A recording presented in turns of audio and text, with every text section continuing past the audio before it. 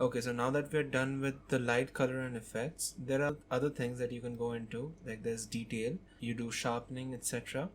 There is noise reduction. If your image has certain amount of noise, you can increase this, but you have to keep in mind that the more you increase noise reduction, the softer the image gets. The next thing that we're going to go into is the selective panel. So what selective panel does is, the entire thing that we have been doing till now has been changing the effects on the entire image.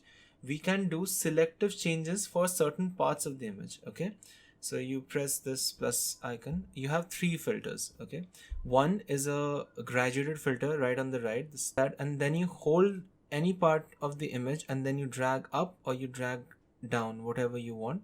So you see the red part of the image, those are the parts that are going to get affected by it. Now by graduated filter, you can see that the upper parts, the more redder parts, are the ones which are getting more affected.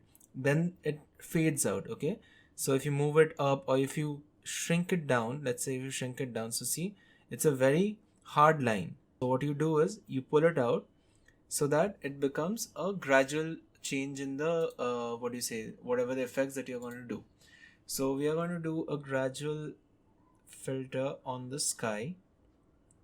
Okay, now what I'm going to do is, now you have light, color and effects, which changes the certain parts of that affected area of the graduated filter. Okay, so what we are going to do is not much. We're just going to take down the highlights probably a little bit.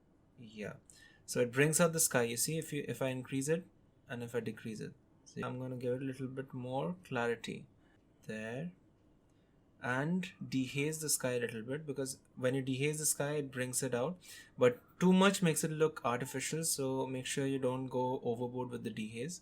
About there is fine. The next thing that we're going to see is radial filter. So what radial filter does is, it's kind of similar to the graduated filter, except that this happens in a circular kind of a format. So you can select, suppose there are parts of the image that you want to change. What I want to do is accentuate this is there by default, but if you long press on the blue dot there, you can see that there's a thing called invert mask. What invert mask does is, it affects the rest of the image apart from the center area of the image. Okay, so right now I'm going to affect just the center part of my subjects. It's going to increase exposure a little bit so that they come out.